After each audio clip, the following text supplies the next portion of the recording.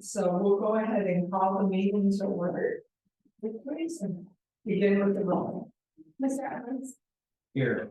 Mrs. Grant, Here. Mr. Palmer, Here. Mrs. Slade, here, Mrs. Here. I'm looking for a motion to approve the agenda as presented to us. Move. Second.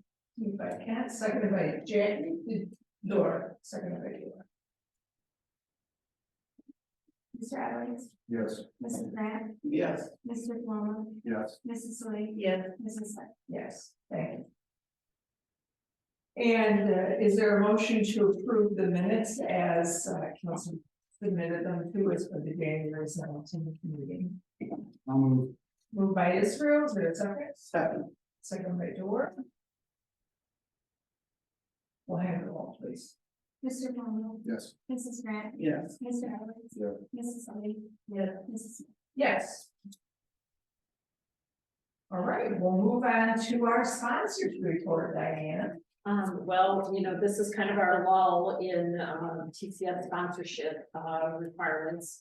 We do, you know, have the big upload that we always have in May and June. It's probably the next big thing. We are currently, your attorneys, our attorneys are working through the TCS agreement to combine all of the amendments and the actual agreement in one big contract, since that's coming close to expiring, specifically the land grant portion of that is expiring. So they're just gonna kind of clean it up, and I know Ryan is saying it's on our side, and I think is it Stephanie? Second. Yeah, is working on it from your side, so we're working through that. I did want to give an update also on the new facility and the situation with the next pipeline.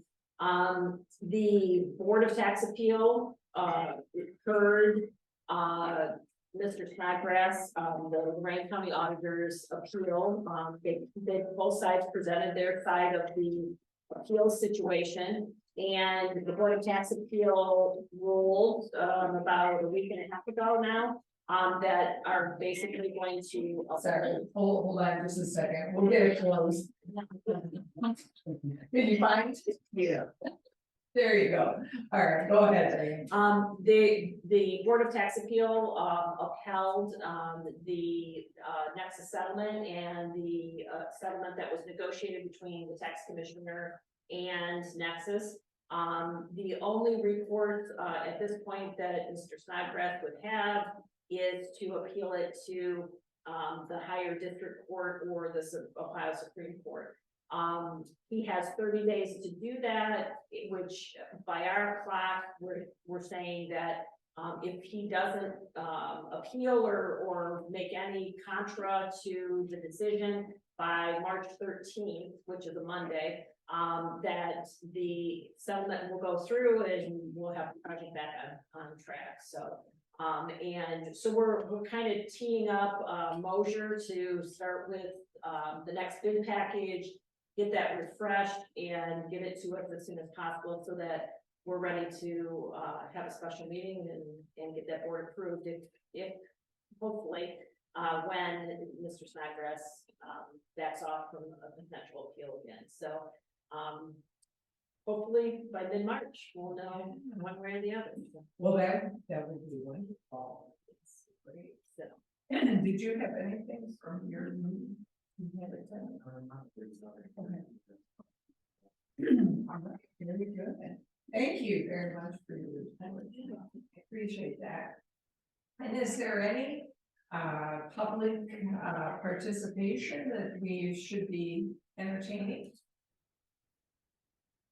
No, it's seeing none. If anyone watching online would like to participate, the board members can be emailed or we can email Brian. We'll move on to the board members and liaison reports. And the first thing that I want to report is that Kelsey is going to let us know that we did receive some bids that they for our renovation project, but they have not been reviewed. We have 2 bids. Those need to be reviewed, and then we need to meet to approve those. So what I'm looking at is a special board meeting to do that. And, I'm not sure about when you thought you'd be able to review that with John and. We actually have a meeting scheduled for tomorrow, 11:30 with John. Wonderful. And we do have two, construction companies interested in the project. We have Dean, there's their proposal, and also Motion Construction. And these are the two that we will review tomorrow with John, go through, rubric to score both of those, companies and ultimately come up with a recommendation to the board. And so I think we should look at a, here in the near future, so that we can movie, possibly the next week. Right, so what I'm wondering is what people's availability is on, Monday, March 6th.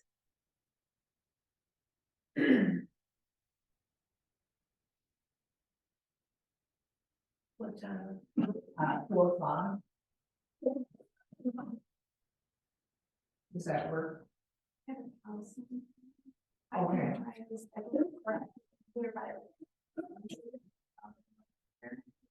Okay, okay, let's see what. That work for you. Israel and Kent, Yeah, it looks good. Yeah. Now, it looks good. okay. How about if we confirm the day as March 6th? And then Kelsey, you can get back to me as to time that we'll set, so it'll either be. I'm. The 7:30 work. We did. 4, that worked. 5:30, I could definitely do it.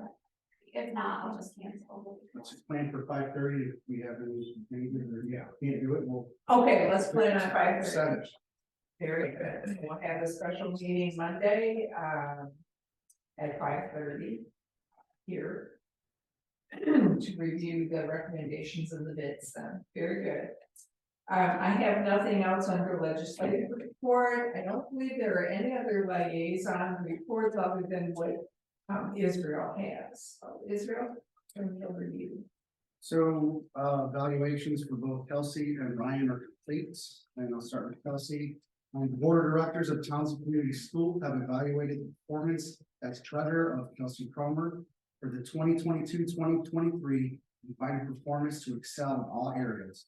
I move that Ms. Cromer continue in the position of treasurer of Townsend Community School with high recommendations, and that her contract be renewed without reservation. Is there a second to that motion? Seconded by Jackie. Any discussion? All in favor? Or we'll have to go, Kelsey, we should do. Mr. Palmer, Yes. Mrs. Slade, Yes. Mr. Edwards. Yeah. Mrs. Grant, Yes. Mrs. Smith. Yes. On to Ryan. The board of directors of Townsend Community School have evaluated the performance as superintendent / principal of Ryan Bone for the 2022-2023. And find his performance to excel in all areas. I move that Mr. Bone continue in the position of superintendent / principal of Townsend Community School with high recommendations, and that his contract be renewed without reservation. Second by Kent. Any discussion? We'll have the roll, please. Mr. Palmer, Yes. Mr. Edwards, Yes. Mrs. Grant, Yes. Mrs. Slade. Yes. Mrs. Smith. Yes. And Israel has copies that he'll go ahead and sign, and then you guys can sign, and then we can make out with your personal. Thank you very much. All right, we'll move on to the treasurer's report. I'm gonna start with this one right here.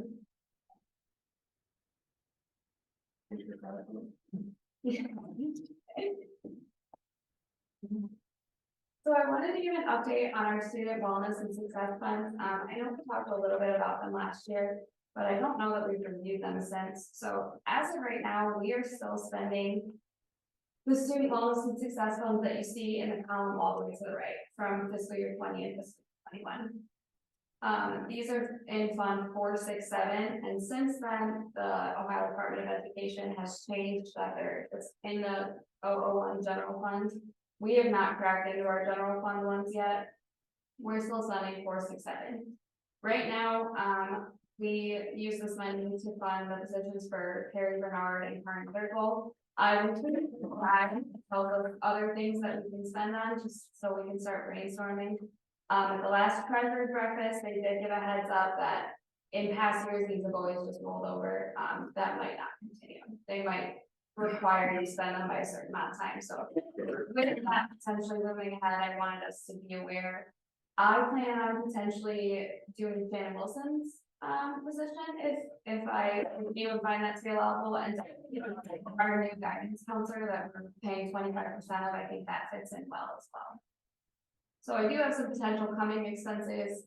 Shannon would not be until Esther is completed, obviously, but we could look it out if need be in one of these to get the money used up. Beyond the spending guide, I just included the numbers, basically where we're at. So our total from fiscal year 22 that we got last year on our final June 2022 payment. Sorry, I'll let you get there. I skipped pretty far ahead to a little information sheet.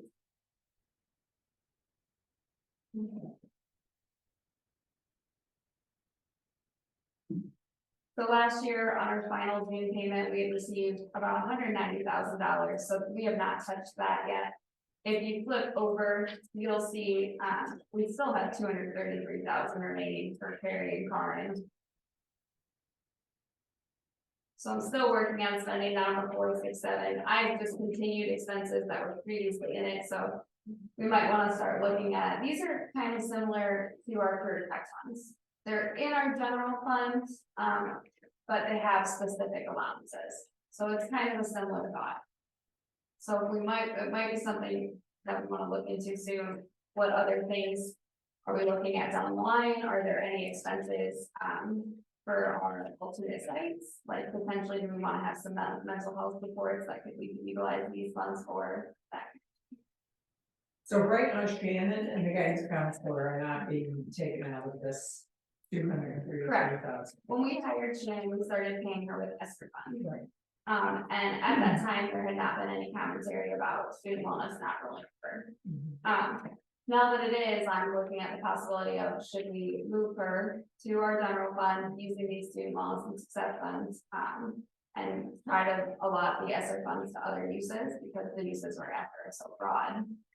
And as of right now, we're not paying for the guidance counselor yet, so, but I plan on putting that in there once we start paying that. Does anyone have any questions about that? No. Okay. I'm gonna move to this little packet next. And this is actually, this goes with item B of my voting items. So our action item. Do people in our audience, what copies of those, do you have them? We can't see what. Yeah. Oh, I'm sorry, this one, I'm taking on There's that strong green. Diane, do you have them? You're welcome. Yeah, okay. That's fine. So towards the beginning of the year, we had talked about some unused safety funds that we still had remaining, and I wanted to verify that they could be used before we started using them. Some of them are very, very old, so it turns out they could not be used. You'll see the top row is an amount of $5,587.85. Based on the financial records that I can find, we did not use it. It was meant to be used up by June 30th of 2019. I contacted someone from the Ohio Attorney General's office and just asked what are the proper procedures, and they instructed me to return it. So that's what the total payment you'll see to be made back to the treasurer of state is for, safety grant funds that were unused that need to be returned. The second one we received in March of 2021. Almost all of that was used entirely. There was a smaller amount remaining, and the same for last year's. There was a smaller amount remaining. based on email conversations that was meant to be used up by September 30th of 2022. The previous one was September 30th of 2021. So those smaller amounts also need to be returned, which is the total recommendation for $6,256.58. That's not really optional. We're being told to return it, but because it's over that 5,000 threshold, I want to make sure we act. And I just attached some supporting documentation if you wanted to review, just see some of the email conversations. I was able to pull up the news release about the 2018 grant to find that allowable use period. So I just attached all the supporting documentation for your review.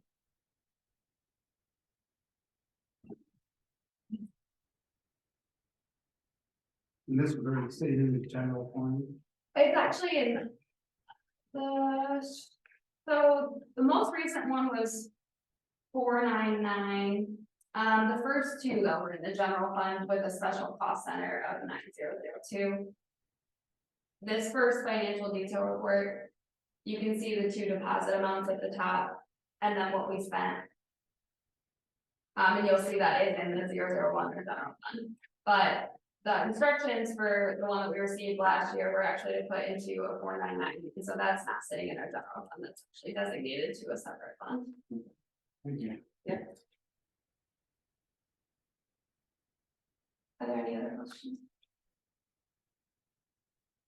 Okay, we can move on to our regular financial packet now. It's got the minutes on top of it.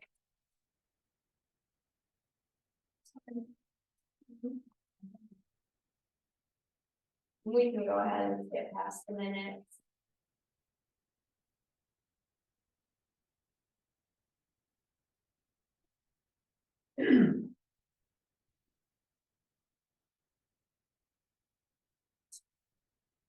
So first on our financial reports is our cash reconciliation. You can see we ended the month with a balance of $6,606,166.08. Our next report is our disbursement summary.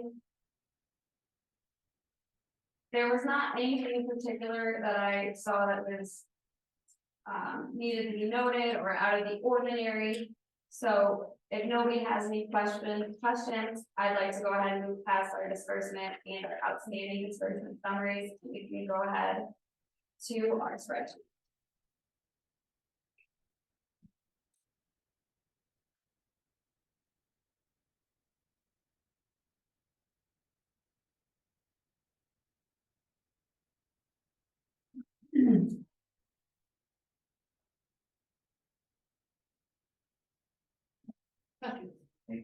The one thing I wanted to make sure in the top left section, the left column where you see some shading, I typically try and know anytime I adjust those numbers. And one thing I wanted to reference was that I don't change these in our revenue budget that we submit at the very beginning of the year. I just change these in our spending plan summary so that they can be adjusted throughout the year. So I adjusted our vocational tuition payment just based on our last state foundation payment, the amount that they're predicting we'll pay total for the year. We did estimate these payments as being higher earlier on because they started out as about like 16,000, I think. So because our first estimates were high, we might see in the coming months our estimates are a little low, but it should help us be more on target to hit that total amount. That was more what I was focused on, was that the total amount comes at the end of the year versus monthly. We might be predicted a little lower than what the actual charge is, but it should help us hit that total amount. The investment interest was also adjusted. We've been getting more than what we predicted at the beginning of the year, and so that has been adjusted for remaining months. Career tech funding is similar. We talked about the fact that we'll probably come in short here in our estimate versus what we actually receive, but that's so that we can hit that total.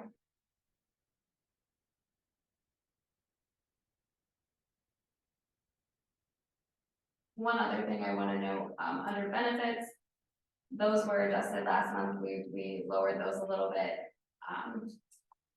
that might be something that we revisit pending on executive session tonight, that total amount might be adjusted again.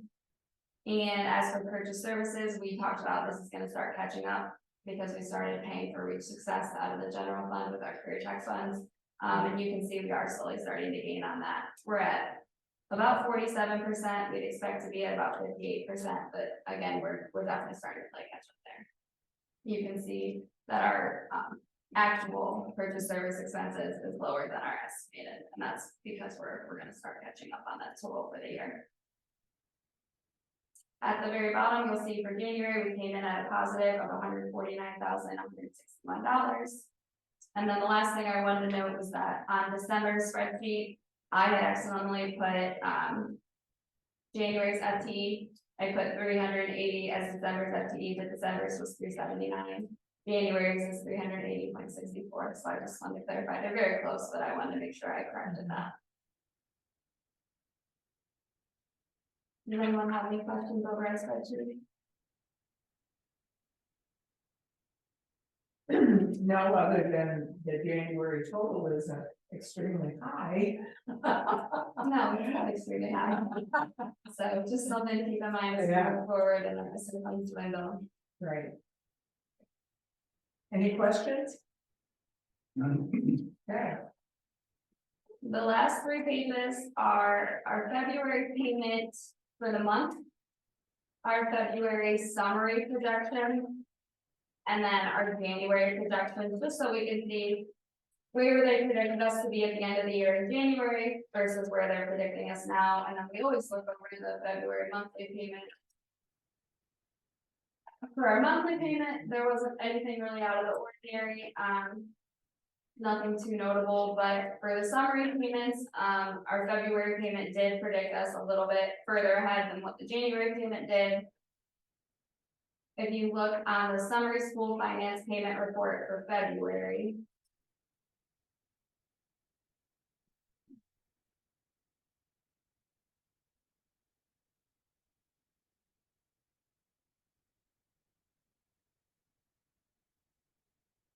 At the bottom right, you'll see $4,843,702.36.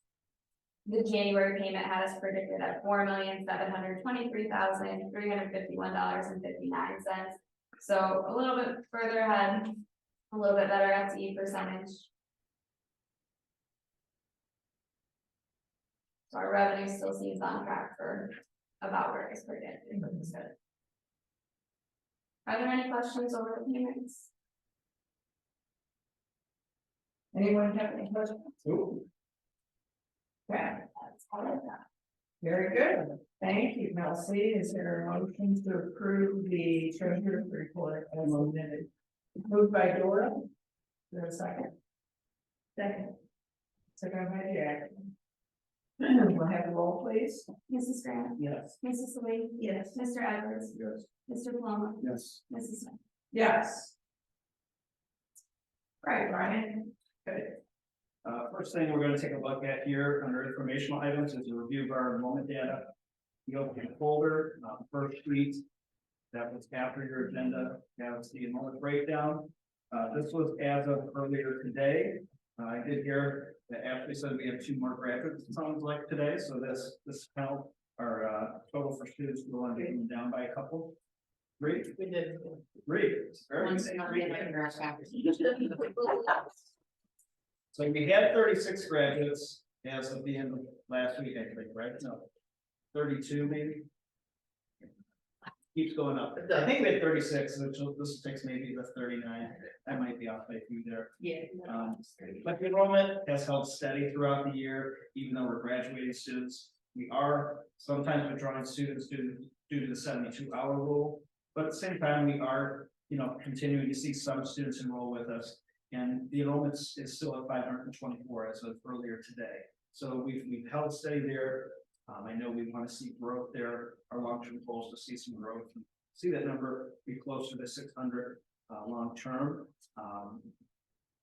Over 600, over 600 Kelsey said. But 524, we have held steady, so that's better than seeing that decline. Fremont continues to be our area with our greatest numbers, 93 students from the Fremont City School District. We have 76 students living in the Norwalk School District, and we have 52 students living in the Sandusky School District.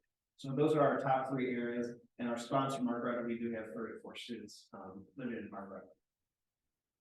Are there any questions on the enrollment period? You can see that Lorraine County, we only have 1 or 2 right now. We've got Sheffield Lake, 1 student there. We did have a student in Firelands, but they are no longer enrolled. So that number continues to be low, and there's potential there to potentially grow long term if we decide to focus on that area.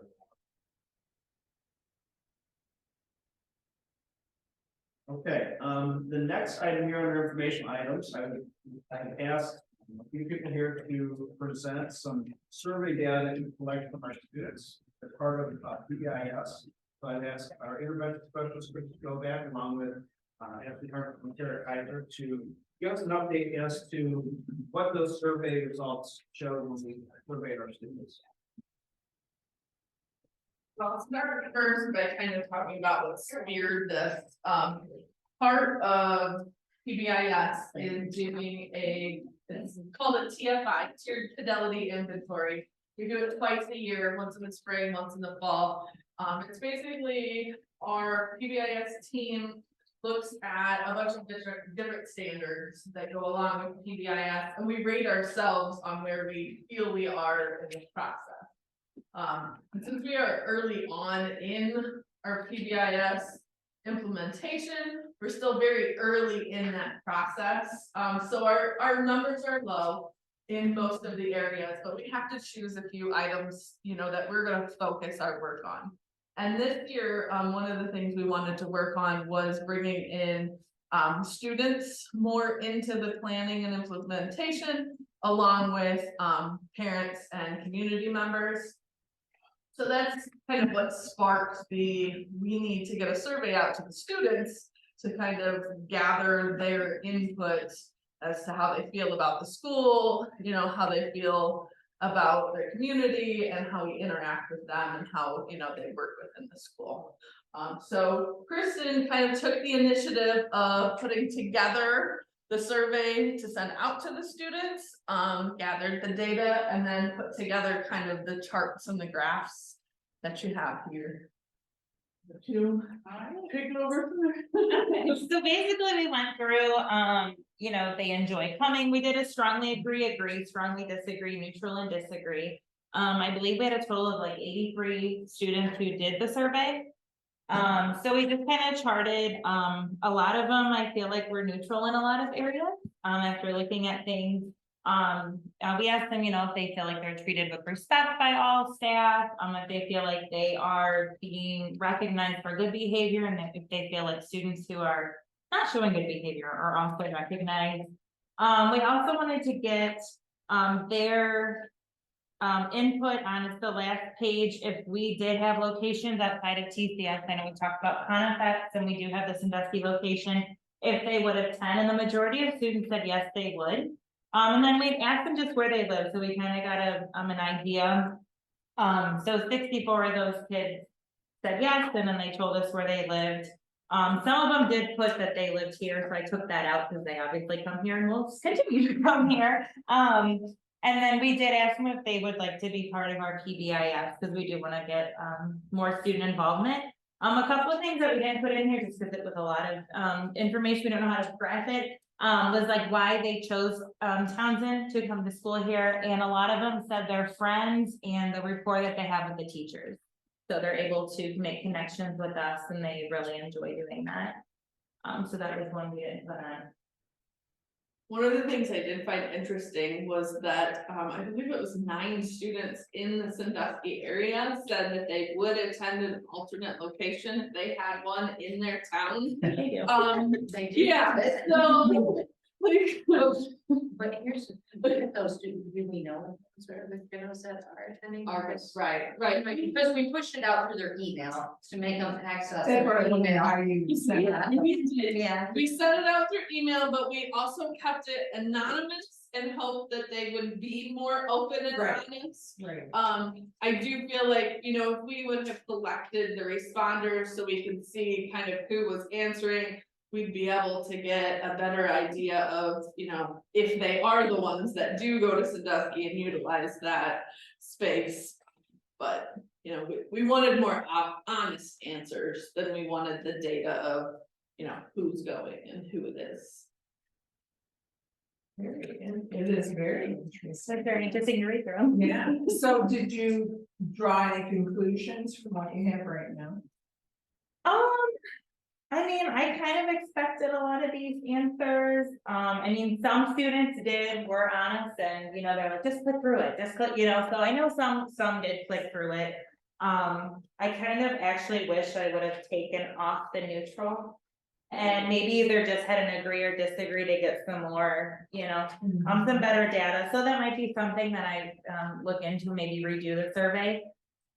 It is still open too. Yeah, we did. Because what we did was we focused on one day here in the building, asked all the students that were here to sign in. And of course, we had sent it out to all students so everybody could answer it. But even Dave can attest, not all of our students are accessing their student emails.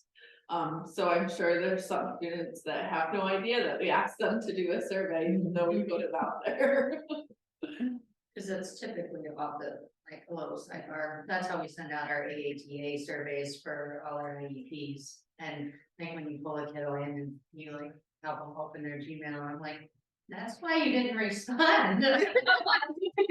You have all your emails from this year, we're supposed to read those, yes. Which we've adapted it to send it out via text as well, but they just, I don't know, they don't like the email. Nobody likes it. The biggest takeaway was we need to figure out a better way to get responses because, I mean, even on a day where we were, I think over 100 here in the building, we Thought we had 100. yeah, we didn't even have all of them respond to the survey that day, so. Although as surveys go, 83 respondents out of 500. Yeah. It's about average. Yeah. Gives you good sample size. Yeah. Yeah. It's, you know, relevant anyway. Right. Very interesting. Does anybody have any comments or questions about?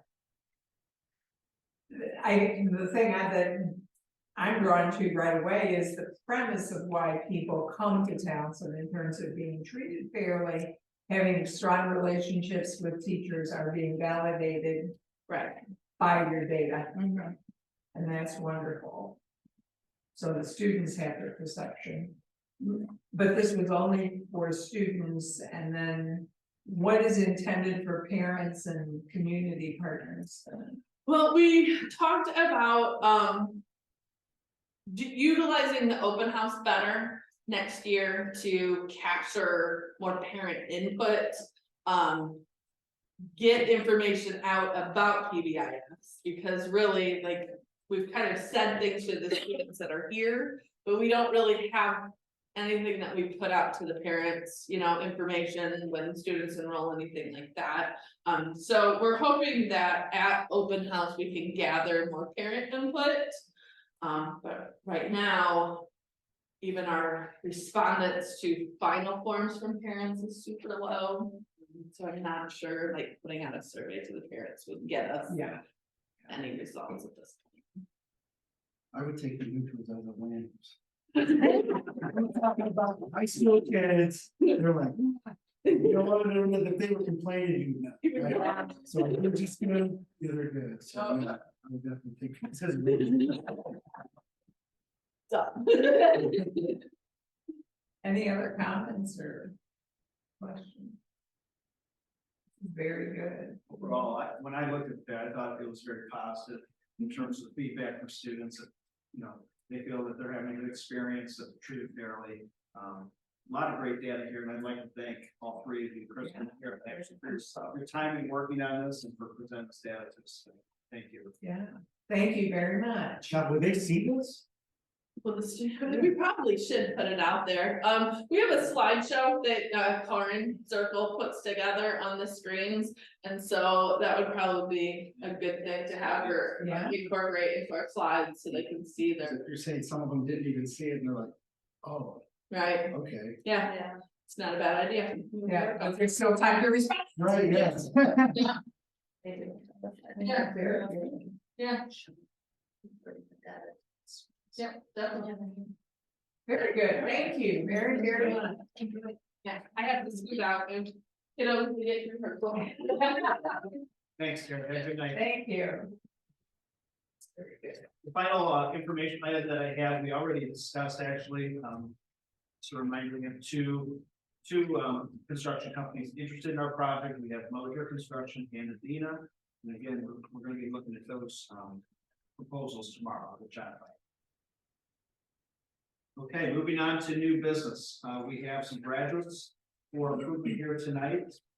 Marissa Coker, Morgan Fish, Marissa Har, Peyton Holland, Evan Houghton, Mary Beth Miller, Austin Nicoloy, and Shaylin Stutzman. Item B is a recommendation to approve the 2023-2024 Townsend Community School calendar as presented. And if we take a quick look at that in the folder here, we are looking at a different approach for next year. Okay, and part of this is because we're anticipating having at least 3 sites, as long as the Fremont location is open as planned. So what we are looking at doing is taking Mondays and making that a remote learning day for students, where students will work on their 13 hours of remote time for the week and get a large chunk, hopefully, of that time and that work done. And what that allows us to do is to bring all of our staff here into the building 1 day a week, where we can have specific meetings that we need to have, staff meetings, PBIS meetings, kids in crisis meetings, so forth, and others. And allow us to do the networking within our staff, as well as other logistical things that need to take place on Mondays. Then Tuesday through Friday, what we're looking at doing is having all 3 locations open. So those are the 4 days, Tuesdays through Fridays, where students would come in the building to work on their coursework under their seat time in person. Now, they could still work on remote learning time outside of the school day from home, but those would be the 4 days where they focus on the schedule for the seat time. And I ran this by Frances Kramer, who is our EMS coordinator, as well as Margaretta's, and she did not see any issues with it. We checked the hours to make sure everything adds up in terms of the hours that we need to provide students with. And the reason we chose Mondays as our remote learning day is because Mondays are the day where there's the most non-school days, such as holidays, like President's Day, Martin Luther King Jr. Day, and so forth. There seems to be a lot of Mondays where, there's no school. So instead of putting that as one of the 4 scheduled seat day times where students are coming in the building, we decided it'd be better to utilize Tuesday through Friday as days where the school buildings are open. Is that- Questions on that? As I was looking at this, Ryan, I just wondered, are there any days off for our staff that aren't in here? Like, I wondered about Veterans Day or, Veterans Day is not a day off. No. okay. So all of the no school days is no school day for staff, and that's in red. Yes, so like September 4th, Labor Day in red, and this still does mirror Margaretta's calendar. First day there, the 28th of August, is actually a remote learning day, so that day is the day the students will be working from home on day 1. Day 2, the 29th, they will be here. Looking at Thanksgiving break, 22nd through the 24th, those are days where there was no school. They're in red there. Same with winter break there during Christmas and New Year's. January 15th, Martin Luther King Day, and 19th of February is President's Day. Got spring break there the last week of March, and then Memorial Day on the 27th of May. And last in school then would end on Friday, May 31st. And how was this received by staff then? I think our staff is very, very excited about this, having a day where they can network, have meetings, and then Collaborate. yeah. It would also allow for us to not do like a spontaneous, like, we need to do a PD, like other school districts have their PDs built in because they have, you know, conferences and things like that where they stay after and their days are elongated, so they have like a longer weekend, but the ones that staff and service day, we don't have those. We used to have them on Wednesday afternoons.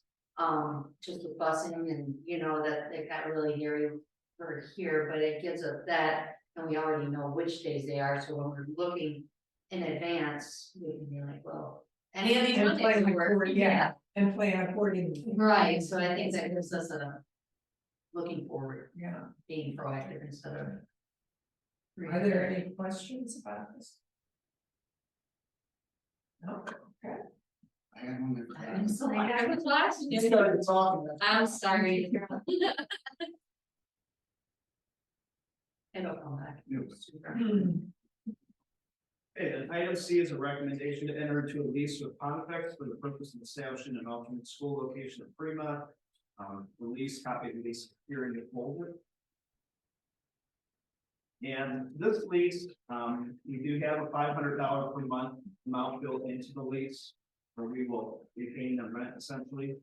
Our hope is that we can get the opening assurances, potentially open this location as soon as April, right after spring break, which will give us some time to get students used to going to that location prior to next year.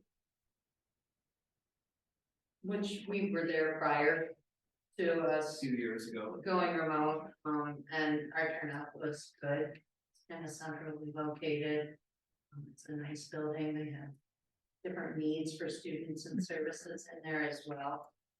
And it's nice that it's already a bus stop, so the students know that where it is. And it's true. Well, we need to look into the strength. We know they have internet and they said that we can utilize it. I don't know, once you get 30 or 40 kids in there, how much it's gonna hold up. So David, we're gonna have to do some tests there and go check out what their capabilities are. If what they have is not sufficient, we will have to add additional internet parts to this. Not a problem. Yeah. It's just down the street from. Yeah. Oh, good, good. Okay, item D is a recommendation to hire Judy Proskett in the position of temporary substitute cafeteria worker at an hourly rate of $18 per hour, effective back on January 24th. Just a reminder, Bob Hamilton, after this week, is going to be off likely for the remainder of the school year. He's having surgery on his wrist, and Judy has done a fantastic job working with Bob and Cindy since coming on board here last month. But this is the approval retroactively to approve her hire. And then item E is resolution to approve the following policies. Our lawyer had shared with us the policy updates that we need to have in place. There are copies in your folder. We have item for policy 148.6 credit cards, policy 204.14 career advising and student success plans, policy 248 at risk policy, policy 292.4 child sexual abuse and violence prevention, appendix 248-A graduation plan invitation letter to parent, appendix 248-B parental notification that student is at risk of not graduating, appendix 248-C graduation plan, appendix 292.4-A parental notice of instruction of child sexual abuse or child sexual violence prevention, and appendix 447-A Ohio model threat assessment requirement. And then finally, item F is recommendation of. Brian, can Yes. you just go to the other question I had for you on the career advising and student success plans? Is it said those student success plans need to be reviewed every 2 years? How often are our student success plans reviewed? So our teachers are updating those on a continual basis. That's what I So saw. every day, Carmen Zirkle sends out an email saying, hey, these are the completed courses from the last 24 hours. And then the teachers are to go into the success plans and update those. Okay, so that's, we can easily do that. Yes, we are continuously updating. Okay, Because once that's done, once they check those, then they ask for coursework for I'm sorry. For the students, then that comes to Tara and I, and then we double check those before we assign coursework. So they have like the whole and triple eyes on them constantly. that, I just wanted, I thought that ours was ongoing, but I just wanted to make sure we could. Or that we had a plan for meeting those needs. Are there any other questions on the policies? Now, these are just updated, it's not anything new. Updates, some of these are new, yes. I gotta double check though, which one specifically. The credit card is updates. Right. The career advising and student success plans is an update, but they added some provisions to it. The at-risk policy is very interesting, and in fact, it kind of goes along with the some of the student wellness materials that we had gotten. You'll see that they coincide. It's very good.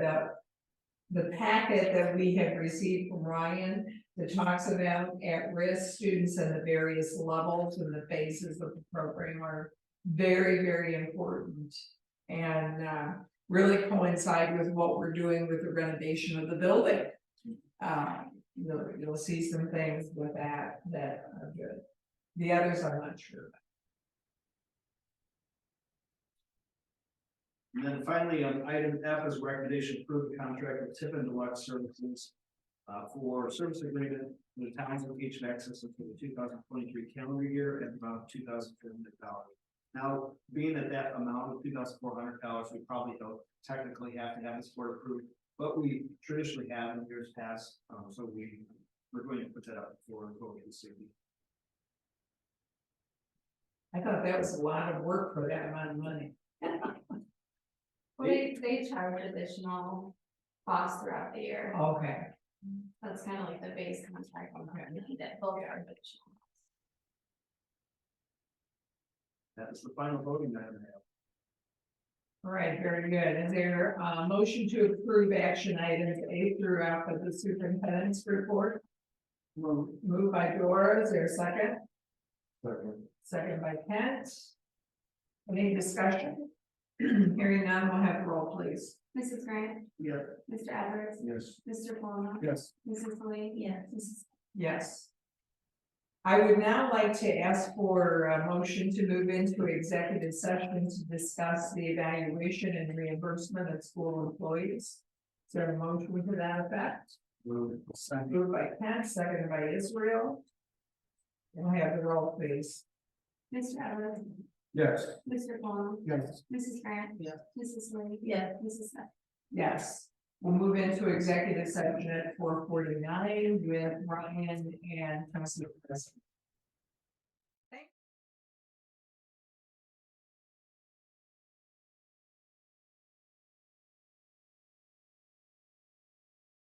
Okay, we'll come out of the executive session at 5:28. With no action having been taken. And prior to our adjournment, I will entertain a motion to pay David Stubblebine, to reimburse David Stubblebine for the retirement pickup since October 5th of 2020 for the amount of $15,000. Kelsey, give me the amount, $15,000. Very good, for that amount. Yeah, is there a motion to that effect? I'll move. Moved by Dora, is there a second? Second. Seconded by Israel. We'll have the roll, please. Mrs. Grant. Yes. Mr. Palmer. Yes. Mr. Edwards. Yes. Mrs. Lee. Yes. Mrs. Smith. Yes. And is there a motion to adjourn? That's. Moved by Dora, seconded by Ken. All in favor? Aye. Being adjourned and.